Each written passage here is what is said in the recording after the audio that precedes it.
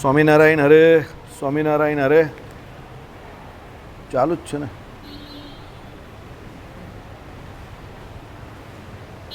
સ્વામિનારાયણ હરે, સ્વામિનારાયણ હરે.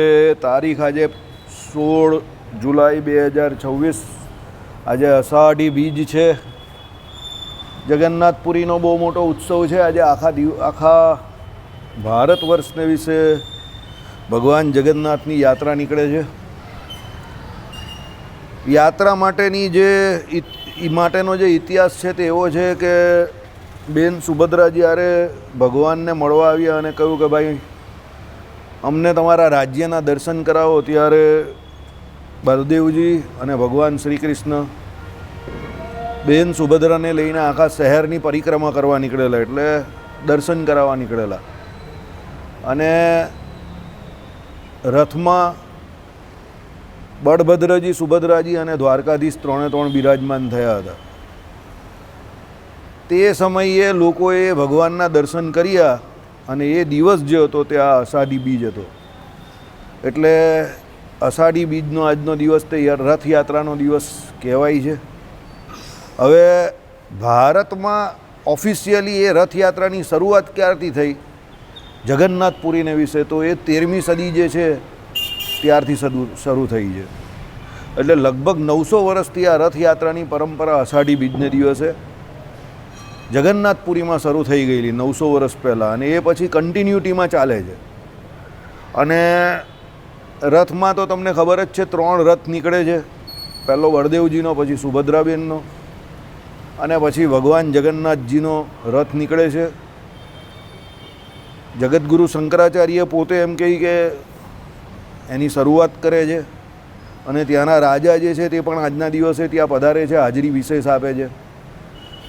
અને આજનો દિવસ એક એવો હોય છે કે ભગવાન ભક્તોને મળવા આવે છે. બાકી ભગવાનને મળવા ભક્તોએ જવાનું હોય છે, પણ આજનો દિવસ એક એવો છે કે ભગવાન પોતે ભક્તોને મળવા માટે બહાર નીકળે છે. જગન્નાથપુરીથી ગુંડીચા આજે 3 કિલોમીટર દૂર જે હોય છે ત્યાં સુધી એ યાત્રા નીકળે છે. ગુંડીચા લગભગ ભગવાન 15 દિવસ સુધી રોકાય, અને પછી 15 દિવસ પછી એ જ રથમાં બેસીને પાછા ભગવાન પોતાના સ્થાનક એટલે જગન્નાથ મંદિરે પહોંચે. એટલે એ એના મામાનું ઘર કહેવાય છે. એટલે અત્યારે તે સમય પર કંઈ ગુંડીચા એમના મામાનું ઘર નહીં હતું. આ લોકોએ માનેલું એમ. અહીંયા અમદાવાદમાં પણ એ પ્રમાણે જ કરે છે. એટલે એ રીતે એને માનેલું હોય છે.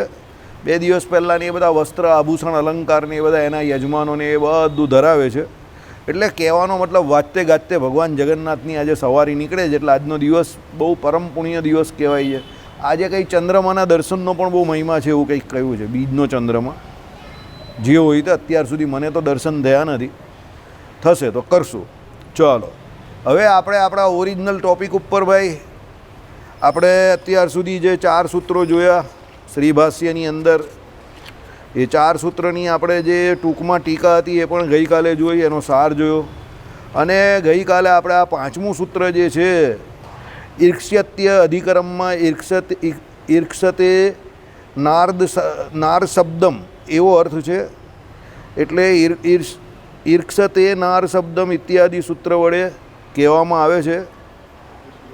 અર્થ એનો એવો છે કે ભાઈ જગતના કારણનું પ્રતિપાદન કરનાર વાક્યો જે છે કે જે ભગવાન સર્વજ્ઞ, સર્વશક્તિમાન, સગળા ખરાબ ગુણથી એટલે ઉલટા મંગળ ગુણથી ભરપૂર, બરાબર, એવું જે બ્રહ્મ તેને જાણવાની ઈચ્છા કરવી જોઈએ. એમ ઉપરના સૂત્રમાં જે કહ્યું યતોવા ઈમાની ભૂતાનીમાં, એ જગતના કારણનું પ્રતિપાદન કરનારા વાક્યો અનુમાનથી સિદ્ધ કરવામાં આવતા પ્રધાનાદિકનું પ્રતિપાદન કરતું હોય એમ સંભવતું નથી, એવું આ એમ કંઈક કહે છે. એટલે ટૂંકમાં છે ને આમાં અત્યારે હવે શરૂઆતમાં આપણે જોઈશું પૂર્વ પક્ષ શું છે. તો જગતનું કારણ સત એટલે પ્રધાન, એટલે પ્રધાન દ્વારા જગતની ઉત્પત્તિ થાય છે એવા બધા આમાં અત્યારે હવે એમ કહી કે શું છે શ્રુતિઓ પહેલાં આવશે ઉપનિષદોની ને એની, પછી ધીરે ધીરે એનું ખંડન આવશે. એટલે પૂર્વ પક્ષ આપણે શરૂ કરીએ. છાંડોગ્યમાં આ પ્રમાણે છે. છાંડોગ્ય ઉપનિષદ જ છે.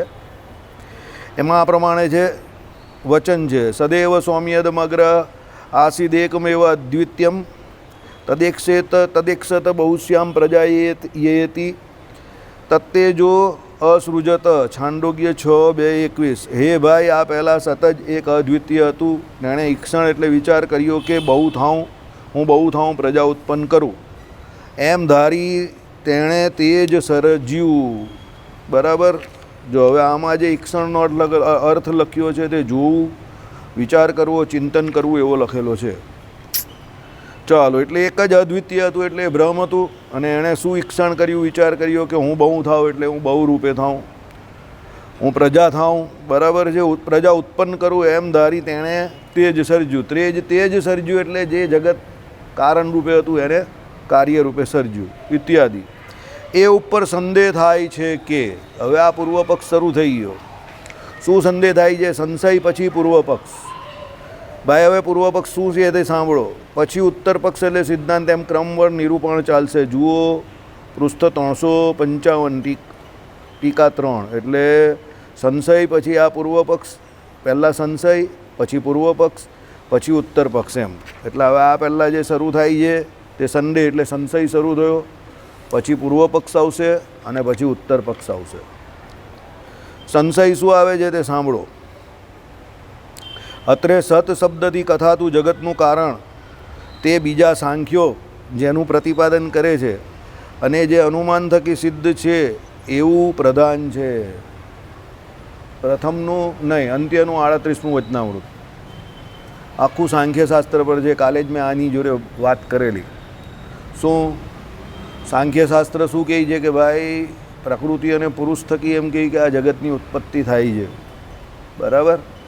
અને એના ખંડનમાં પછી ભગવાને કહ્યું છે કે ભાઈ એ તો ક્ષેત્રજ્ઞ એવા વાસુદેવ ભગવાન એ પ્રકૃતિ અને પુરુષને વિશે જ્યારે એમ કે પ્રવેશ કરે છે ત્યારે એમ કહે કે નિર્ગુણ એવા ક્ષેત્રજ્ઞ એવા વાસુદેવ ભગવાન દ્વારા આ જગતની ઉત્પત્તિ થાય છે. એટલે સાંખ્યશાસ્ત્ર જે છે, સાંખ્ય વિચાર જે છે તે પ્રકૃતિ અને પુરુષ સુધી જ પહોંચ્યો છે. પ્રકૃતિ પુરુષથી પર એના નિયંતા જે પરમાત્મા પુરુષોત્તમ નારાયણ ત્યાં સુધી એ સાંખ્ય વિચાર પહોંચ્યો નથી. એટલે શું કહ્યું આમાં કે ભાઈ સત શબ્દથી કથાતું જગતનું કારણ. સત શબ્દથી આપણે શું કહીએ છીએ? જગતનું કારણ કોણ છે? પરબ્રહ્મ. એ જગતનું કારણ તે બીજા સાંખ્યો જેનું પ્રતિપાદન કરે છે અને જે અનુમાન થકી સિદ્ધ છે એવું પ્રધાન છે કે ઉપર કહ્યું તેવા લક્ષણવાળું બ્રહ્મ છે. એટલે સત શબ્દથી એમ કે પ્રધાનની ઉપર આ વાત કરેલી છે. શું છે આમાં? શું કહે? પહેલાં કહ્યું કે સત જ હતું, એક અદ્વિતીય હતું. તો એ સત તરીકે પ્રધાન છે કે બ્રહ્મ છે? તો સત તરીકે સાંખ્યશાસ્ત્રવાળા કોને કહે છે? પ્રધાનને, એટલે માયાને કહે છે. ચાલો, એટલે શું કહ્યું કે ભાઈ સત શબ્દથી કથાતું જગતનું કારણ તે બીજાઓ સાંખ્યો જેનું પ્રતિપાદન કરે છે અને જે અનુમાન થકી સિદ્ધ થાય છે એવું પ્રધાન છે કે ઉપર કહ્યું તેવા લક્ષણવાળું બ્રહ્મ છે. પ્રાપ્ત શું થયું? એનાથી પ્રાપ્ત શું થયું? પ્રધાન છે એવું પ્રાપ્ત થયું, પ્રધાન છે. એટલે એ લોકોએ આ પોતાનો હવે પૂર્વ પક્ષ રજૂ કરશે. પ્રધાન છે એમ સાથી. તો હવે એના કારણ આપશે. કારણ કે સદૈવ સૌમ્યદ મગ્ર આસિદ એકમેવ. એટલે હે ભાઈ આ પહેલાં સત જ હતું, એક જ હતું. એ વાક્ય ઈદમ એટલે આ કહેતા. આ કહેતા એટલે પ્રત્યક્ષ એમ. એટલે ઈદમ એટલે શું? પ્રત્યક્ષ જે દેખાય તે આ એટલે તમે સામે જોતા હો એને ઈદમ કહેવું. બરાબર. તમે કોઈ સંસ્કૃતમાં ઈદમ એટલે આ, તો આ તમે જે આ કહેવું તે પ્રત્યક્ષ જે હોય તેને. તો તમને હું અત્યારે કહું કે આ જીગર, આ જોનિલ, આ અશોકભાઈ, હું જે કહું તો આ એટલે શું? તો પ્રત્યક્ષ સામે જે છે તેને આ કહેવાય. એટલે શું કહ્યું? ઈદમ એટલે આ કહેતા જે ચેતન જીવાત્માની ભોગ્ય વસ્તુ જે સત્વ રજ અને તામસમય આકાશાદિક વિવિધ પ્રકારના વિકારોની અવસ્થામાં રહેલી છે એની એટલે એનું પ્રતિપાદન કરે છે. એટલે કહેવાનો મતલબ શું છે કે ભાઈ આ શબ્દ જેના માટે વપરાયો છે તે આ કોણ છે? તો એમ કહે કે ચેતન એવા જીવાત્માની ભોગ્ય વસ્તુ. તો જીવાત્મા કોનો ઉપભોગ કરે છે? માયાનો ઉપભોગ કરે છે. તો એ ભોગ્ય વસ્તુ શું છે? તો જે સત્વરજ અને તામસમય, બરાબર, આકાશાદિક વિવિધ પ્રકારના વિકારોની અવસ્થામાં રહેલી છે. એટલે સત્વગુણ, રજોગુણ અને તમોગુણ જેમાં પ્રધાનપણે રહેલા છે. બરાબર. આકાશાદિક વિવિધ પ્રકારના વિકારો એટલે એમાંથી આ આકાશાદિક પૃથ્વી, જળ, તેજ, વાયુ અને આકાશાદિક જે વિવિધ પ્રકારના વિકારો થયા છે એનું પ્રતિપાદન કરે છે. એટલે એ કોણ છે? માયા છે. કારણરૂપ જગતનું અવસ્થાંતર પામવું એનું નામ જ કાર્યત્વ. એટલે શું કહે છે? પ્રધાનરૂપ જગતનું. બરાબર, કારણરૂપ જગત એટલે અહીંયા જગતની જગ્યા પર પ્રધાન કહ્યું. કારણરૂપ પ્રધાન એટલે કારણરૂપ માયાનું અવસ્થાંતર પામવું એનું નામ જ કાર્યત્વ. એટલે જે કારણરૂપ પ્રધાન જે માયા જે છે તે જ એમ કહે કે શું જે કાર્યરૂપે અહીંયા દેખાય છે. માટે જે દ્રવ્ય જે સ્વભાવવાળું કાર્ય અવસ્થામાં હોય છે તે સ્વભાવવાળું તે દ્રવ્ય કારણ અવસ્થામાં હોય છે. એટલે લોકો શું કહે છે કે આ તમને બહાર જે દ્રવ્ય દેખાય છે માયાવાળું એ કાર્ય અવસ્થામાં માયા દેખાય છે તો એ જ દ્રવ્ય એમ કહે કે કારણ અવસ્થામાં હોય. બરાબર. અત્રે કાર્ય સત્વાદિમય છે એટલે એ ગુણ સત્વાદિની સામ્ય અવસ્થાવાળું પ્રધાન એ જ કારણ છે. બરાબર. એટલે શું કહ્યું કે ભાઈ અત્રે કાર્ય સત્વાદિમય છે. હવે આ કાર્ય જે દેખાય જ તમને તે સત્વાદિમય છે એટલે સત્વગુણ રજોગુણ અને તમોગુણવાળું છે. એટલે એ ગુણ એટલે સત્વાદિની સામ્ય અવસ્થાવાળું પ્રધાન એ જ કારણ છે. એટલે જે આ કાર્ય જે તમને દેખાય છે એમાં સત્વગુણ રજોગુણ ને તમોગુણ છે તો એનું કારણ જે હોય એમાં પણ સત્વગુણ રજોગુણ અને તમોગુણ જે છે તે હોવા જ જોઈએ. એટલે એ પ્રધાન જે છે તે એનું કારણ છે. એ કારણમાંથી સઘળા વિશેષોને લઈ પમાડી દેતા ફક્ત સતરૂપે જ રહે છે. એ કારણ જે છે તેમાંથી શું છે? સઘળા વિશેષોને લઈ પમાડી દેતા. લઈ પમાડી દેતા એટલે ઉપસંહરી લેતા. કેવી રીતે? કારણમાં વિશેષોને લઈ પમાડી દેતા. વધારે ચોક્કસ રીતે બોલીએ તો હવે સૃષ્ટિ થઈ નથી એટલે જેમાંથી વિશેષોનો આવિર્ભાવ થયો જ નથી એવી સ્થિતિમાં. એટલે હજુ સૃષ્ટિ થઈ નથી, હજુ વિશેષણ રૂપે એટલે એમ કહે કે મહતત્વ અને અહંકારને આ બધા જે બહાર નીકળે એ બધા વિશેષણ થાય. બરાબર. પછી અહંકારમાં સાત્વિક રાજસ અને તામસ અહંકારને એમાંથી પછી 5 ભૂત થાય. તામસ અહંકારમાંથી પછી 5 પેલા એમ કહે કે શું થાય? આઈડિયા શબ્દ સ્પર્શ રૂપ રસ અને ગંધ તન માત્રા થાય. ઇન્દ્રિયો અંતકરણના દેવતા થાય. બરાબર. 10 ઇન્દ્રિયો થાય. આ બધું જે કોઈ રજોગુણમાંથી 10 ઇન્દ્રિયો થાય. બરાબર. પેલામાં મન અને ઇન્દ્રિયો અંતકરણના દેવતા સત્વગુણમાંથી થાય. એટલે કહેવાનો મતલબ શું છે કે આ બધા ગુણમાંથી જે કરીને જે થયા તે બધા વિશેષે કરીને ઉત્પન્ન થયા. આ બધા વિશેષણો હજુ ઉત્પન્ન નહીં થયા એટલે હજુ જગતની ઉત્પત્તિ નહીં થઈ એ સ્થિતિમાં જે છે તે પ્રધાનની અહીંયા વાત કરેલી છે. બરાબર. એટલે શું કહ્યું કે ભાઈ એ કારણરૂપ સઘળા વિશેષોને લઈ પમાડી દેતા ફક્ત સત જ રૂપે હતું. એટલે હજુ એમાંથી કોઈ કારણ રૂપે પોતે હતું, હજુ અંદરથી કોઈ કાર્ય થયેલું હતું નહીં. માટે સદૈવ સૌમ્યદમગ્ર આસિત એકમેવ અદ્વિતીયમ. એ ભાઈ આ પૂર્વે સત જ હતું, એક અદ્વિતીય હતું એમ કહે છે. એટલે આ સદૈવ સૌમ્યદમગ્ર એ આસિદવાળી જે શ્રુતિ જે છે તે લોકો કોને લગાવે છે? માયાને લગાવે છે, પ્રધાનને લગાવે છે, બ્રહ્મને નહીં લગાવતા. કે ભાઈ પૂર્વે એકલું એ સત જ હતું. એ કોણ હતું? એ પ્રધાન રૂપે માયા જ હતી અને હજુ એ કારણ રૂપે હતી. એમાંથી કાર્ય રૂપે આ જગત થયેલું નહીં હતું. એટલે એ માયા જ જે હતી તે જ હતી એમ એવું કહે છે. અને તેથી તે જ કાર્ય અને કારણનું અનન્યત્વ અભેદ છે. એટલે કહેવાનો મતલબ શું છે? તે જ એમ કે કાર્ય કારણનું અનન્યત્વ બે આવે. એક અન્યત્વ એટલે જુદાપણું, અનન્યત્વ એટલે એકપણું એટલે અભેદપણું. બરાબર. એટલે એ શું છે? કાર્ય અને કારણ બંનેનું અભેદપણું છે. એટલે કહેવાનો મતલબ અહીંયા એવો છે કે જે માયા એમ કહે કે કારણ રૂપે હતી એ જ માયા પોતે એમ કહે કે કાર્ય રૂપે આ તમને દેખાય છે. બરાબર. એવું કહે છે. અને એમ હોય ત્યારે જ એકને જાણવાથી સઘળું જણાય છે. જે પ્રતિજ્ઞા કરે છે તે બંધબેસતી થાય છે. એટલે એમ કહે કે એવું છે, એવું હોય કે ભાઈ પેલું જે કારણ રૂપે જે માયા છે તે જ કાર્ય રૂપે થાય છે. એટલે જ એવું કહ્યું છે કે એકને જાણવાથી સઘળું જણાય છે. એટલે કહેવાનો મતલબ શું છે? એ માયાને એકને જાણો એટલે તમે કારણ રૂપે જાણો તો આ કાર્ય જણાય એમ. આપણે એવું કહીએ કે ભાઈ જગતને જાણીએ તો જગદીશ જણાય એવું નહીં, પણ જગદીશ જે કારણ છે એને જાણીએ આપણે તો આખું આ જગત જણાય. એટલે આપણે જગદીશ જે છે, ભગવાન જે છે, બ્રહ્મ જે છે એને જગતના કારણ કહીએ. એ લોકો એકને જાણવાનું તો એક જાણવાનું, માયાને પેલી કારણરૂપીને માયાને જાણવાનું કહે. તમે કારણરૂપી માયાને જાણી લો એટલે આ કાર્યરૂપી માયાને જાણી લો એવું કહે છે. મેં કેમ મજા આવે? મને તો આ બધામાં મજા આવે. મને કેમ મજા આવે? બધી ભલતી વાત સાંભળવાની તો મળે. જો એમાં શું છે, તમને જ્યારે મુક્ત રીતે કોઈ પણ બાબતમાં ચર્ચા કરવાની મળે ને ત્યારે જ તમને એ વિષયમાં મજા આવે. પછી એમાં કેટલો તર્ક રહેલો છે કે એમાં કેટલું તથ્ય રહેલું છે એ ત્યારે વિચાર નહીં કરવાનો. જેણે જે કહેવું હોય તે કહેવા દેવાનું. સનાતન સંસ્કૃતિનો આ સૌથી મોટો લાભ છે કે અહીંયા બધાના વિચારો જે છે ને એ બધાના વિચારોને સંપૂર્ણપણે માન આપવામાં આવે છે.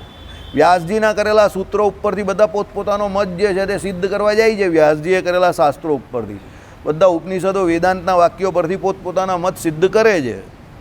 તો બધાને કરવાની છૂટ આપે છે, કરો ને ભાઈ, કાં વાંધો છે, બરાબર. ચાલો, એનું નામ તો વિકાસ કહેવાય, બરાબર.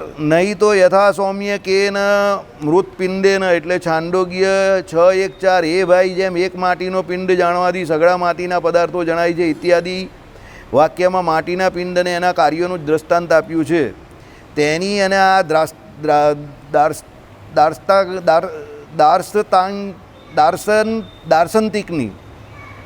દાર્શનિકની એટલે જે સમજાવવા માટે દ્રષ્ટાંત આપ્યું છે તેની વચ્ચે ભેદ પડી જાય છે.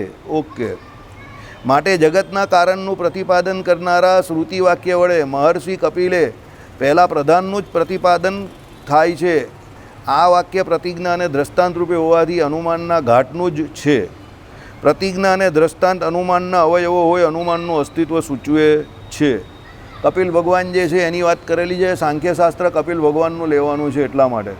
એટલે કપિલ ભગવાને શું કહ્યું છે કે ભાઈ, કપિલે શું કહ્યું? પ્રધાનનું જ પ્રતિપાદન થાય છે. આ વાક્ય પ્રતિજ્ઞા અને દ્રષ્ટાંત રૂપે હોવાથી અનુમાનના ઘાટનું જ છે, બરાબર છે. અનુમાનના ઘાટનું જ એટલે શું છે? પ્રતિજ્ઞા અને દ્રષ્ટાંત અનુમાનના અવયવો હોય અનુમાનનું અસ્તિત્વ સૂચવે છે. એટલે સાંખ્યશાસ્ત્ર અનુમાન ઉપર જાય છે, સમજી ગયા?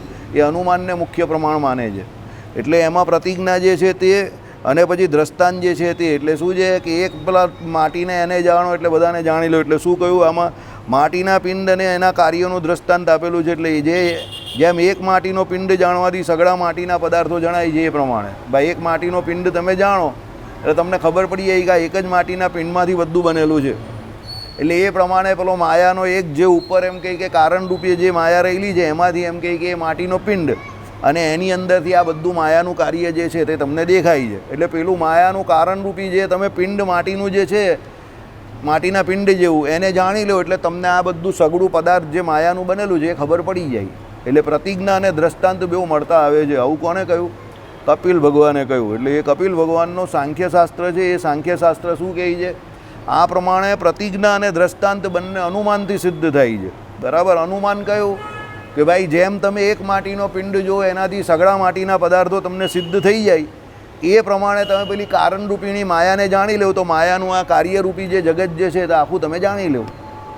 એટલે પ્રતિજ્ઞા શું છે? આ પ્રતિજ્ઞા કે પેલું આ જાણવાનું છે ને દ્રષ્ટાંત આ માટીના પિંડવાળું, બરાબર. એટલે પ્રતિજ્ઞા અને દ્રષ્ટાંત બેઉ મળતા આવે છે પણ કેના દ્વારા? અનુમાનથી સિદ્ધ થાય છે. એટલે સાંખ્યશાસ્ત્ર અનુમાનને પ્રમાણ માને છે, બરાબર. ચલો, એટલે આ પ્રમાણે પ્રાપ્ત થતાં કહેવામાં આવે છે. એટલે માટે અનુમાનથી સિદ્ધ થતા એવા પદાર્થનું જ સત શબ્દ જ પ્રતિપાદન કરે છે. એટલે માટે અનુમાનથી સિદ્ધ થતા એવા પદાર્થનું એટલે અનુમાનથી સિદ્ધ શું થાય? પ્રધાન એટલે માયા. એટલે માયાને અહીંયા શું સત તરીકે નિરૂપી છે. કોણે? કપિલ ભગવાને. તો આ જ મત છે ને સાંખ્યશાસ્ત્રનો. તો અંતિ એનું 38મું વચનામૃત વાંચો. પ્રકૃતિ અને પુરુષ થકી આખી સૃષ્ટિ થયેલી છે. ભગવાન કપિલે સાંખ્યશાસ્ત્રનો વિચાર એ જ છે ને. તો એટલે તો સાંખ્યશાસ્ત્ર એવું કહે છે કે 25માં જે ભગવાન 24માં જીવ ઈશ્વર 24ની અંદર ભેગા જ અને 25માં ભગવાન એ 25માં ને ભજવાના કેમ છે? કારણ કે આ જગત જે છે તે આખું કેમાંથી થયું છે? તો માયામાંથી થયું છે. તો એ જેટલું તમને દેખાય છે એ બધું કાર્ય માયાનું જ છે. તો એ માયામાંથી તમારી વૃત્તિ ઉખેડવાની છે. તો ભગવાન શ્રી હરિએ વચનામૃતમાં શું કહ્યું કે 24 તત્વ જે છે એમાં અનુસ્યુતપણે એ જીવ ઈશ્વર રહેલા છે. તો એ 24માંથી તમારે પહેલાં જીવ ઈશ્વરને જુદા પાડવાના છે અને 25માં વૃત્તિ ચોંટાડવાની છે. સાંખ્યશાસ્ત્ર કમ્પ્લીટ. પણ આ કપિલ ભગવાનનો જ સિદ્ધાંત છે.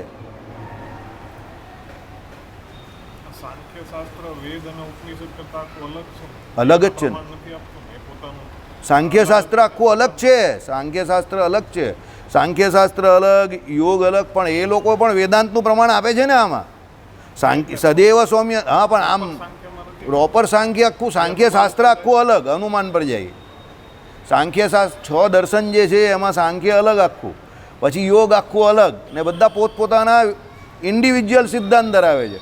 સાંખ્યશાસ્ત્ર જે આ સત તરીકે જેની અંદરથી આખી આ ઉત્પત્તિ થઈ જગતની, તો આપણે સત તરીકે બ્રહ્મને માનીએ તો સાંખ્યશાસ્ત્ર સત તરીકે કોને માને? પ્રધાનને માને. સદૈવ સૌમ્યદમ અગ્રાસિત એકમેવ અદ્વિતીયમ બ્રહ્મ આપણે જે કહીએ છીએ એકમેવ અદ્વિતીયમ એટલે એ જગતનું કારણ એ બ્રહ્મને આપણે કહીએ છીએ તે બ્રહ્મને નહીં કહેતા, એ લોકો માયાને કહે છે. જગતનું કારણ. અંત્યનું 38મું વચનામૃત વાંચજો. અંત્યના 38મા વચનામૃતમાં ભગવાને સાંખ્યશાસ્ત્રનું ખંડન કરેલું છે. બરાબર. આમાં કપિલ ભગવાનનું જ નામ છે. એટલે એ આમાં કપિલ ભગવાન, જો મહર્ષિ કપિલે કહેલા પ્રધાનનું જ પ્રતિપાદન થાય છે. સમજો. બરાબર. એ અંત્યના 38માં એ નિર્બીજ છે કે સબીજ છે એની કંઈ વાત નહીં કરી. કારણ કે અંત્યના 38માં તો ફક્ત પ્રકૃતિ અને પ્રધાન પુરુષ થકી એમ કહે કે સૃષ્ટિ થાય છે, પછી અંદર સીધા ભગવાન વાસુદેવ આવી જાય છે કે ભાઈ એ સાંખ્યશાસ્ત્ર જે છે તે પ્રકૃતિ અને પુરુષ સુધી જ પહોંચેલું છે. હવે એમાં વાસુદેવ ભગવાન નહીં ગયા એટલે આપણે એવું કહીએ કે એ નિર્બીજની વાત કરેલી જેમ. એ આપણું ઇન્ટરપ્રિટેશન. આઈડિયા આવ્યો? આમાં કપિલ ભગવાનનું સાંખ્યશાસ્ત્ર જે છે તે પણ એમ જ કહે છે કે પ્રધાન થકી એમ કહે કે જે સત જે કહ્યું તે પ્રધાન. એટલે કહેવાનો મતલબ શું છે? જો આ જે વ્યક્તિએ લખેલું છે તે મહર્ષિ કપિલની એવી રીતે વાત કરે છે. તમે સમજો. કારણ કે આ શ્રીભાષ્ય ચાલે છે. એટલે એણે શું કહ્યું તે સાંભળો. માટે જગતના કારણનું પ્રતિપાદન કરનારા શ્રુતિના વાક્ય વડે, વાક્ય શ્રુતિનું જ છે. સમજો. મહર્ષિ કપિલે કહેલા પ્રધાનનું જ પ્રતિપાદન થાય છે. મહર્ષિ કપિલે કહેલા પ્રધાનનું જ પ્રતિપાદન થાય છે એવું આ લખનાર કહે છે. આ કપિલ ભગવાનનો મત નથી. તમે સમજો. વાક્ય શાંતિથી સાંભળો કે ભાઈ કપિલ ભગવાને જે કહ્યું છે, પણ કપિલ ભગવાનનું સાંખ્યશાસ્ત્ર છે એ 25માં ભગવાનને કહે છે. એ 25માં ભગવાન કેવા છે એ તો જણાવ્યા જ નથી એમાં. પણ એમાં બહુ સરસ છે એક વાત. શું કે ઇન્દ્રિય અંતકરણે કરીને જેટલું તમે ગ્રહણ કરો એ બધું કેવું છે? ત્યાજ્ય છે. તે ત્યાજ્ય કેમ કહ્યું? આમાં જે કહ્યું એ પ્રમાણે કે તમે એક માટીના પિંડને જાણી જાઓ તો માટીના સઘળા પદાર્થને જાણો. સમજો. હવે એક માટીનો પિંડ કોણ? તે કારણ પેલી પ્રધાનરૂપી માયા. હવે પ્રધાન રૂપા માયાને તમે જાણો તો કાર્યરૂપી આ બધી માયાને તમે જાણી જાઓ. આવું કોણ કહે છે? સાંખ્યશાસ્ત્ર. એટલે સાંખ્યશાસ્ત્ર સત તરીકે આપણે સદૈવ સૌમ્યદમગ્રાસિત એકમેવ અદ્વિતીયમ જે કહીએ છીએ તે સત તરીકે આપણે બ્રહ્મને જગતનું કારણ માનીએ છીએ. તો સાંખ્યશાસ્ત્ર કોને માને છે? પ્રધાનને માને છે. બસ આટલો ફરક છે. સમજી ગયા? સાંખ્યશાસ્ત્ર પ્રધાનને માને છે જગતનું કારણ, અને એ અનુમાને કરીને માને છે કે તમે એક માટીના પિંડને ઓળખો એટલે પછી જેટલા પણ માટીના વાસણો છે તે તમે અનુમાને કરીને ઓળખી જાઓ ને કે આ બધા માટીમાંથી બનેલા છે. તેમ તમે એક માયાના કારણને ઓળખી જાઓ તો બધાને તમે ઓળખી જાઓ. બરાબર. હવે અહીંયા આવ્યો પછી હું કામ એનું લોહી પીએ છે? હવે અહીંયા આવ્યા પછી નહીં હોય. અહીંયા એવું નહીં કર. આવડી ગંદી ગંદી અશ્લીલ વાત નહીં કરી. આવડી અશ્લીલ વાત અહીંયા નહીં કર. આ કેમેરામાં અશ્લીલ વાત આવે તું દેખાઈ આખો તો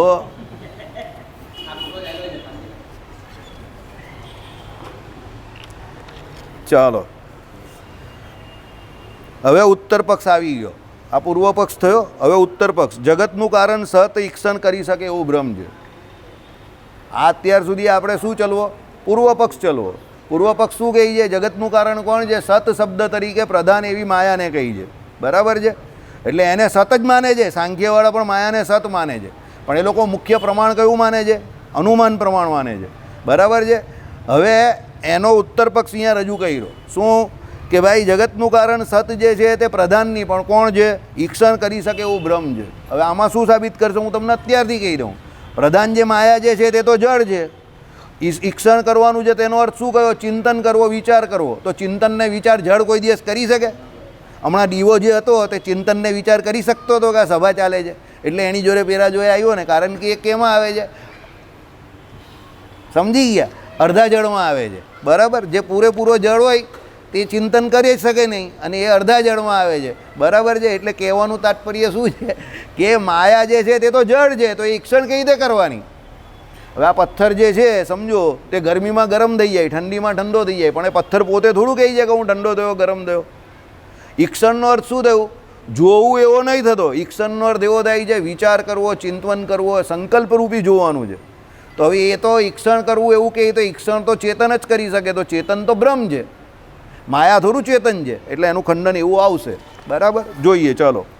ઈર્ક્ષતે નાર શબ્દમ, જેમાં શબ્દ એટલે શ્રુતિ પ્રમાણપણે નથી તે અશબ્દ. અશબ્દ એટલે અનુમાનથી મનાયેલું એવું, એટલે કે પ્રધાન. બરાબર. એટલે જેને અનુમાનથી તમે જેને માનો છો એટલે પ્રધાન. જગતના કારણવાચક જે વાક્યો છે તે પ્રધાનનું પ્રતિપાદન કરતા નથી. સાથી ઈર્ક્ષતે હે એટલે કે સત શબ્દવાચ્ય પદાર્થ સંબંધી અમુક વ્યાપારના બોધક એવા ઈર્ક્ષતી ધાતુનું અત્રે શ્રવણ થતું જોવામાં આવે છે. તેથી બરાબર, એટલે અહીંયા સત શબ્દથી એટલે શ્રુતિઓના પૂર્વાપર ક્રમમાં પૂર્વે સત પદાર્થ આવી ગયો છે તેના અમુક વેપાર રૂપે ઈક્ષણ બતાવ્યું છે. બરાબર છે, હા, ઈક્ષણ કરી દેવું.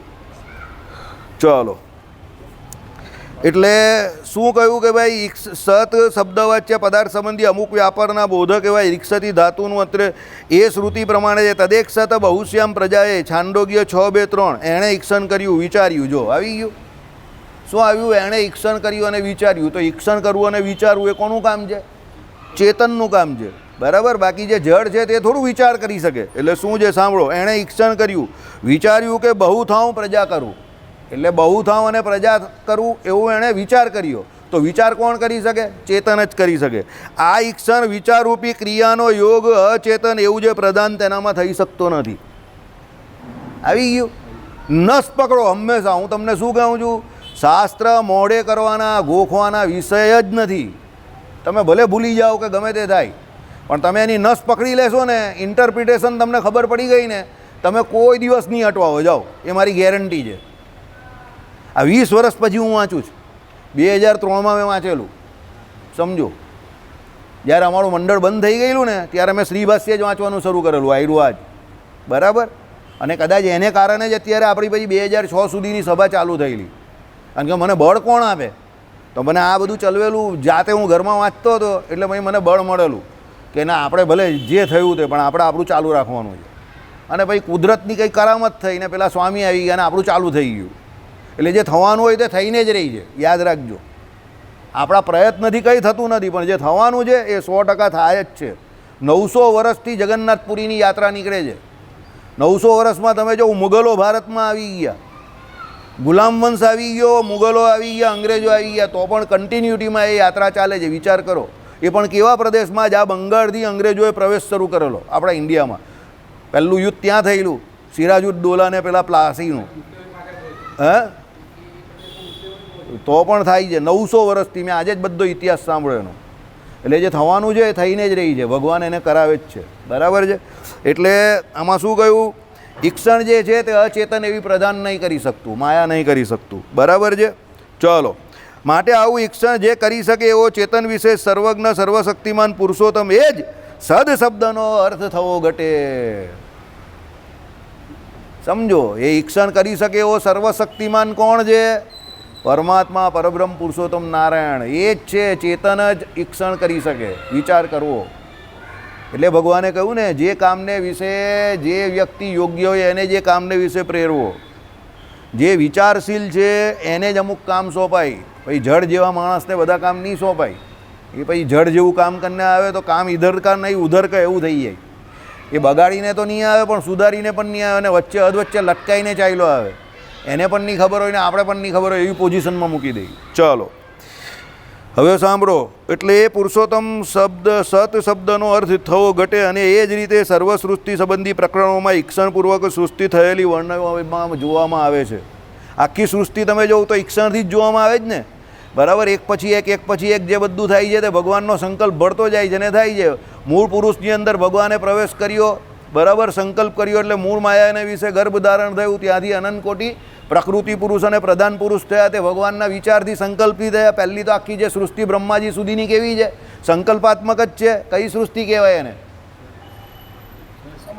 સમષ્ટિ સૃષ્ટિ. બરાબર છે. તે આખી સમષ્ટિ સૃષ્ટિ સંકલ્પથી થઈ એક પછી એક.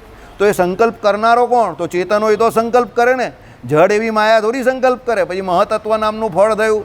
મહતત્વના 10મા ભાગમાંથી બાજુ શું થયું?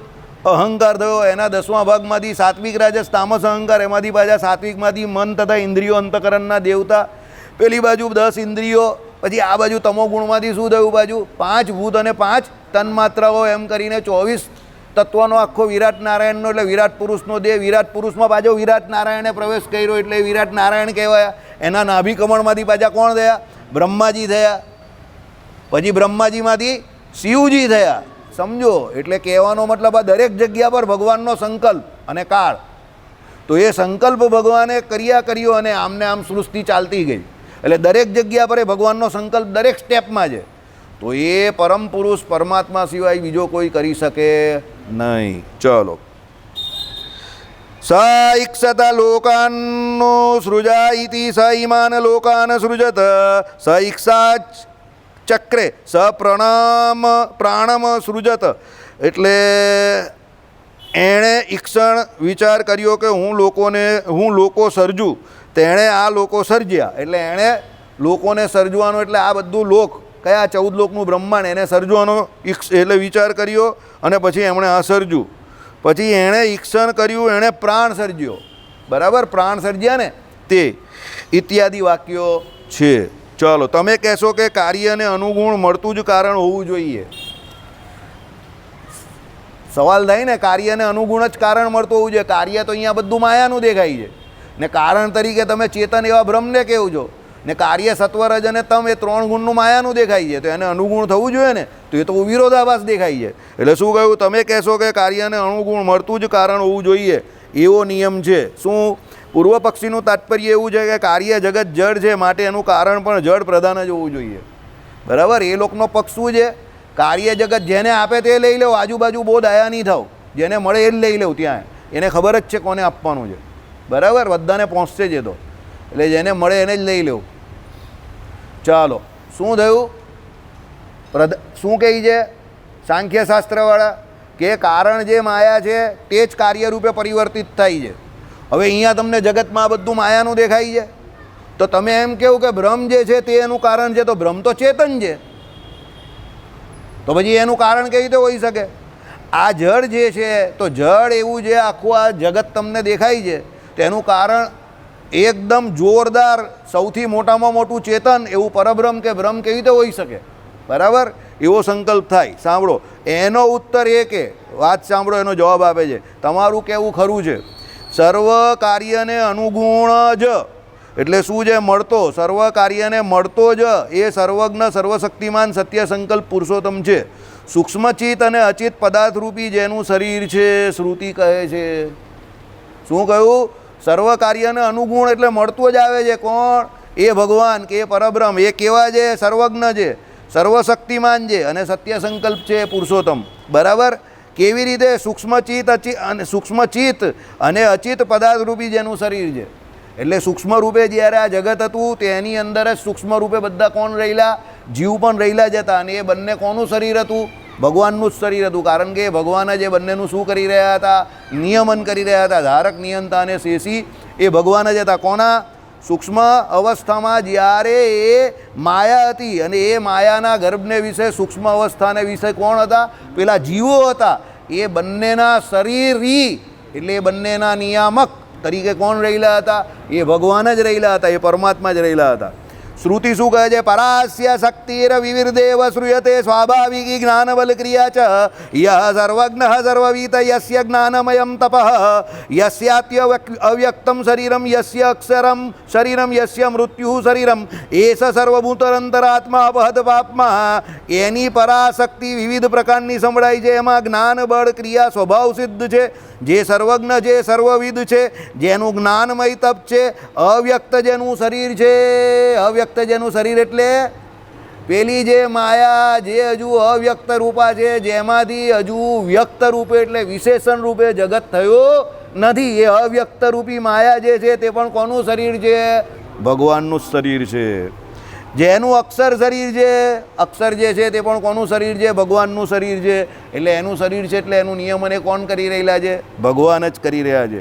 જેનું મૃત્યુ શરીર છે, ભાઈ મૃત્યુ એટલે શું છે? કે આ જગતમાંથી જે કોઈ જાય કે આવે એ બધું ભગવાનનું જ શરીર છે. બરાબર, એ સર્વભૂતોનો અંતરાત્મા દોષ રહિત છે. એ ભગવાન જે છે તે બધા ભૂતોના કોણ છે? અંતરાત્મા છે, દોષ રહિત છે. બધાને વિશે પરમાત્મા રહ્યા છે તો પણ એ ભગવાનમાં કોઈ દોષ નથી. બરાબર, ચાલો ઇત્યાદિ. આ વાતનું ન વિલક્ષણત્વાત એટલે બ્રહ્મસૂત્ર 2:1-4 ઇત્યાદિ સૂત્રોમાં પ્રતિપાદન કરવામાં આવશે. અત્રે તો માત્ર